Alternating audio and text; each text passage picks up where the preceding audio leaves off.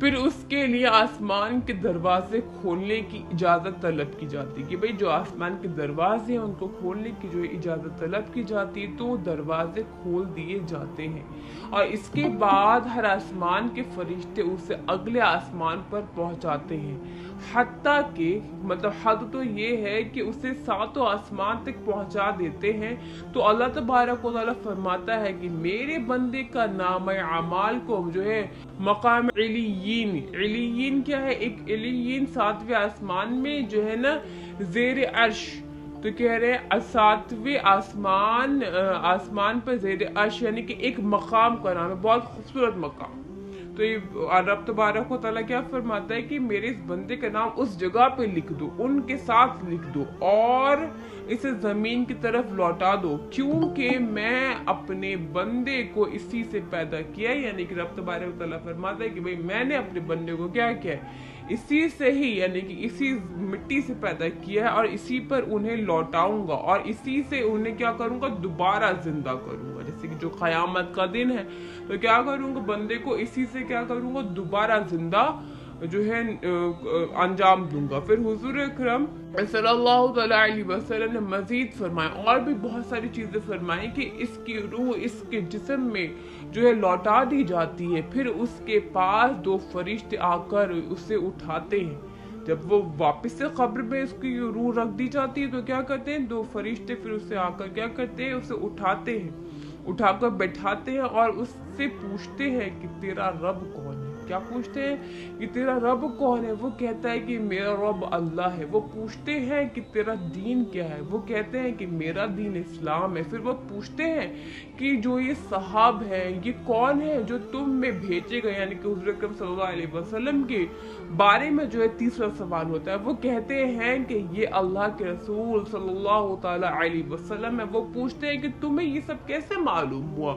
وہ کیا کہتا ہے کہ میں نے اللہ تبارک و تعالیٰ کی جو تمام آسمانی بکس ہیں، جو قرآن پاک ہے، اس کو پڑھا، اس پر میں ایمان لایا اور اس کی تصدیق کی، تو آسمان سے پکارنے والا پکارتا ہے کہ میرے بندے نے سچ کہا، اس کے لیے جنت کا بستر بچھا اور اسے جنتی لباس پہنا۔ سبحان اللہ۔ کیا ہوتا ہے کہ بھئی اس کے لیے میرے بندے نے بالکل حق کہا، میرے بندے نے بالکل سچ کہا، اس کو کیا کرو، اس کو جنتی لباس پہناؤ، اور اس کے لیے جنت کی طرف دروازہ کھول دو، بس اس سے جنت کی خوشبو اور ہوا وغیرہ جو ہے آنے لگتی ہے، اور اس کی جو قبر ہوتی ہے وہ جہاں تک نگاہ کرے گا اس کی قبر اتنی ہی زیادہ فراخ، مطلب بالکل چوڑی ہو جاتی ہے۔ پھر اس کے پاس ایک خوشبو چہرے، مطلب بہت ہی زیادہ خوبصورت، تو اس کے پاس ایک خوبصورت چہرے، اچھے کا لباس اور پاکیزہ ترین خوشبو لگا کر ایک شخص آتا ہے، اور وہ کیا کہتا ہے کہ تجھے خوشخبری ہو اس چیز کی کہ جو تجھے میسر کرے گی، یہ تیرا وہ دین ہے جس کا کیا کیا تم سے وعدہ کیا تھا۔ وعدہ ہی تو کیا کہ رب تبارک و تعالیٰ نے اگر ہم لوگ ایمان پر رہے، ہم نے اچھے کام کیا، ہم نے تمام چیزیں اچھی کی، تو رب تبارک و تعالیٰ ہمیں جنت عطا کرے گا، تو یہ اسی کا ہی تو وعدہ ہے۔ اور اسی پہ اپوزٹ بھی ہے کہ بھائی تم اگر برے کام کرو گے، بری چیزیں کرو گے، تو رب تبارک و تعالیٰ پہ بھائی جہنم بھی دے گا، تو یہ بھی اس کا وعدہ ہے نا۔ تو وہ فرشتہ کہتا ہے کہ کیا ہے، یہ وہی وعدہ ہے۔ تو وہ جو شخص ہے جو جس کا انتقال ہوا ہے یہ پوچھتا ہے کہ تم کون ہو، مطلب تم جو آئے ہو تم کون ہو، اور تیرا چہرہ اتنا بھلائی کی خبر کیوں دیتا ہے، مطلب ماشاءاللہ فرشتے کا چہرہ اتنا نورانی کہ بھئی تمہارا چہرہ جو اتنا بھلائی مطلب اچھی چیزوں کی خبر کیوں دیتا ہے۔ تو وہ کہتا ہے کہ میں تیرا نیک عمل ہوں۔ وہ کیا کہتا ہے، وہ جو اوپر آسمان سے نازل ہوا شخص وہ کیا کہتا ہے کہ میں تیرا نیک عمل ہوں۔ بندہ کہتا ہے کہ اے میرے رب، قیامت قائم کرتا کہ میں اپنے گھر بار اور مال میں جو پہنچوں آپ صلی اللہ علیہ وسلم نے، مطلب پھر وہ بندہ ہے وہ کیا کہتا ہے کہ مطلب اسے بہت خوشی ہوتی ہے کہ میں نے اپنا زندگی کا جو ٹارگیٹ تھا ایک اچھی طرح سے زندگی بتانے کا، وہ میں نے الحمدللہ کیا مکمل کیا، الحمدللہ میں نے اس کو پورا کیا۔ تو اب وہ چاہتا ہے بھئی میرے گھر والے مجھے ملے تو میں ان کو بھی دکھاؤں، پھر یہ اس طرح کیا ہوا، یہ ان کی روح کی بات ہوئی جو کیا ہوتے ہیں، جو ایمان والے ہوتے ہیں، جو مومن بندے ہیں، یہ ان کی روح کی بات ہوئی۔ تو اسی پر حضور اکرم صلی اللہ علیہ وسلم بس نہیں کیا، اسی پہ آپ صلی اللہ علیہ وسلم جو ہے نہیں پہنچے۔ پھر حضور اکرم صلی اللہ علیہ وسلم نے فرمایا کہ بندہ کافر جب دنیا سے روانہ ہو کر آخرت کی طرف جانے لگتا ہے تو اس کی طرف آسمان سے سیاہ چہرے والے فرشتے، ایک دم کالی صورت کے سیاہ چہرے والے فرشتے اترتے ہیں، جس کے پاس کیا ہوتا ہے، ٹاٹ ہوتے ہیں، ایک چیز ہوتی ہے۔ تو یہ کیا ہے، ایک ٹاٹ ہوتے ہیں، وہ فرشتے اس کے پاس جو ہے نا تحت نکاح بیٹھ جاتے ہیں، بالکل قریب بیٹھ جاتے ہیں۔ پھر ملک الموت علیہ الصلوۃ والسلام آ کر اس سے سر کے پاس بیٹھتے ہیں اور کہتے ہیں کہ اے خبیث روح، اللہ اکبر، کیا کہتے ہیں کہ اے خبیث روح، اللہ کی ناراضگی اور غضب کی طرف نکل، یعنی کہ اب تو بھائی تمہارا سب کام خراب ہو گیا، تمہیں زندگی اپنی پوری برباد کر دی، تو اب تم کہاں چلو، رب کی عذاب کی طرف چلو، رب کی ناراضگی کی طرف نکل۔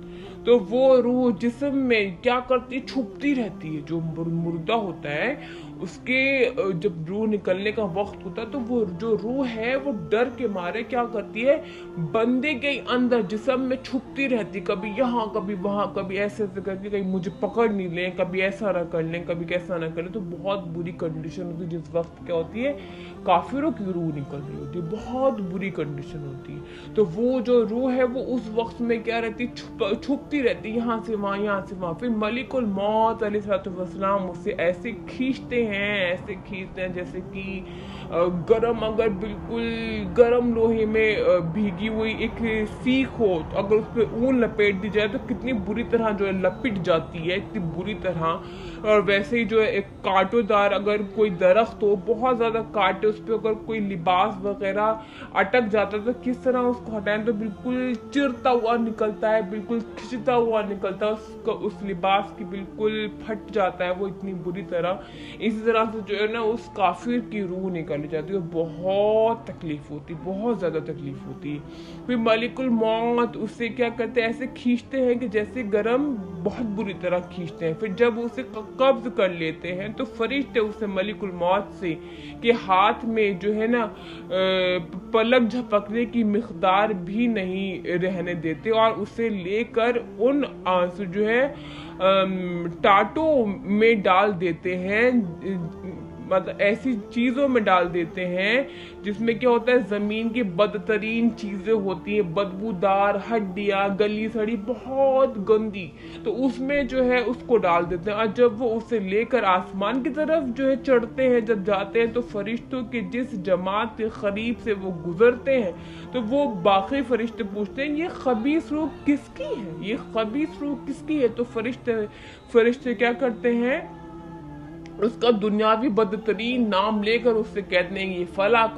کا بیٹا ہے۔ یہاں تک کہ کیا حالت کیا ہو جاتی ہے کہ یہاں تک کہ اسے لے کر آسمان دنیا تک آتے ہیں، اور مطلب آسمان کی طرف جب چلے جاتے ہیں تو جب آسمان کا دروازہ کھولنے کے لیے کی اجازت طلب کرتے ہیں تو مگر وہ دروازہ نہیں کھلتا۔ پھر دو جہاں کے تاجدار حضور اکرم صلی اللہ تعالی علیہ وسلم کیا ارشاد فرماتے ہیں کہ ان کے لیے آسمان کے دروازے نہ کھلیں گے اور ان کو جنت میں داخل ہوں تب تک کوئی کہ جو ہے نالے اونٹ نہ داخل ہوں، یعنی کہ ان کو بالکل بھی جانے کی اجازت نہیں ہے، ان کے لیے جنت کے دروازے نہیں کھلیں گے۔ پھر رب تبارک و تعالیٰ فرشتوں سے فرماتا ہے کہ اس کا نام اعمال نچلی زمین میں مقام جو ہے سجین، مقام سجین کیا ہوتا ہے، مقام سجین ساتویں زمین کے، مطلب بالکل زمین کے جو بالکل تحت میں ایک مقام ہے، جو کیا ہے، جو ابلیس اور اس کے لشکر کا محل ہے۔ ابلیس، شیطان، اتنے برے لوگوں کا کیا ہے، وہ جگہ ہے، تو وہاں پہ اس کی روح کو جو ہے ڈال دیا جاتا ہے۔ تو مطلب اس کی جو اس کا نام ہے نا، پھر وہاں پہ جو ہے لکھ دیا جاتا ہے، تو اس روح کو پھینک دی، پھر وہ جو روح ہے اس کو جو ہے اس کی روح کو پھینک دی جاتی ہے۔ پھر دو جو عالم کے مالک و مختار